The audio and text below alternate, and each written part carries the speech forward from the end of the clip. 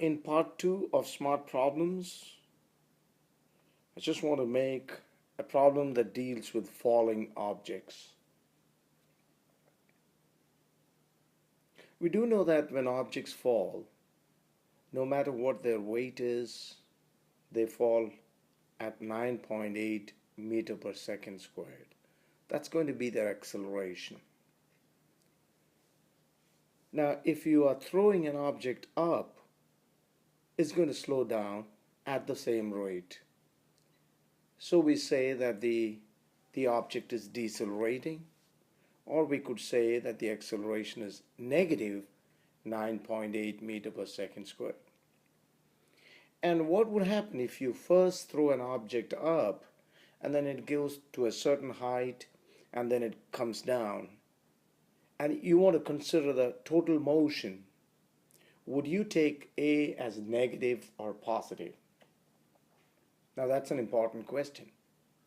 In this case, you have to remember that whatever happens in the beginning is what we consider.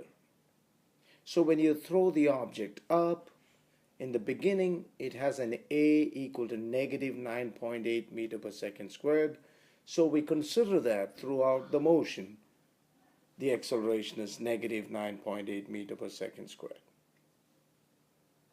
So let's consider this, there's a person standing on a cliff and he throws an object straight up at 9.8 meter per second. That's the initial velocity. And as it goes up, it slows down, and at the maximum height, its velocity becomes 0, and then it begins to accelerate at 9.8 meter per second squared, and it comes down. The height of the cliff is given as 49 meters, and you got to find the total time that the object takes to go all the way from this point till it reaches the ground. So how do we find the total time? Now we can do this in one step, because remember that the initial velocity is 9.8 meter per second. The acceleration is taken as negative 9.8 meter per second squared, because we only consider what happens in the beginning. Delta y is going to be negative 49 meter. Why? Because the initial direction, let's say that it goes by a distance p meters up, so that's positive p, and then when it comes down to the same location, it's moved down by negative p, and then it's going down by negative 49. And displacement is the distance, actually is the shortest distance from the starting point, which is here, to the finishing point. Now displacement is this much, and that's just minus 49, because plus p and minus p cancel out, and all you have remaining is minus 49. That's why delta y is taken as negative 49 meter. And we're trying to find t. Out of the many equations that we have, when you look at the given terms, you understand that the equation we're going to use here is delta y is v naught t plus 1/2 at squared.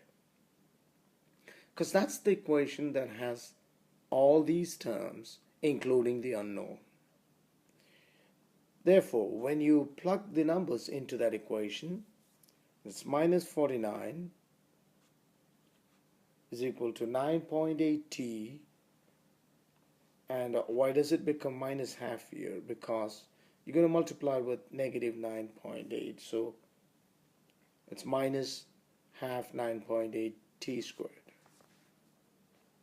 which is negative 49 is equal to 9.8 t, and 9.8 by 2 is going to be 4.9 t squared. And when you look at this equation, you know that you can bring these terms to the other side. So collect all the terms onto one side. These two terms will change their signs when you take it to the left side of the equal sign, and you get this equation. If you divide each term by 4.9, then the first term becomes t squared, the second is minus 2t, and the third term is minus 10. This is a quadratic equation with a 1, because there's no coefficient here, a is 1, b is minus 2, and c is minus 10. And the solution for a quadratic equation is minus b plus or minus square root b squared minus 4ac divided by 2a. Yes, you got to know this. And simply plug those numbers in carefully though.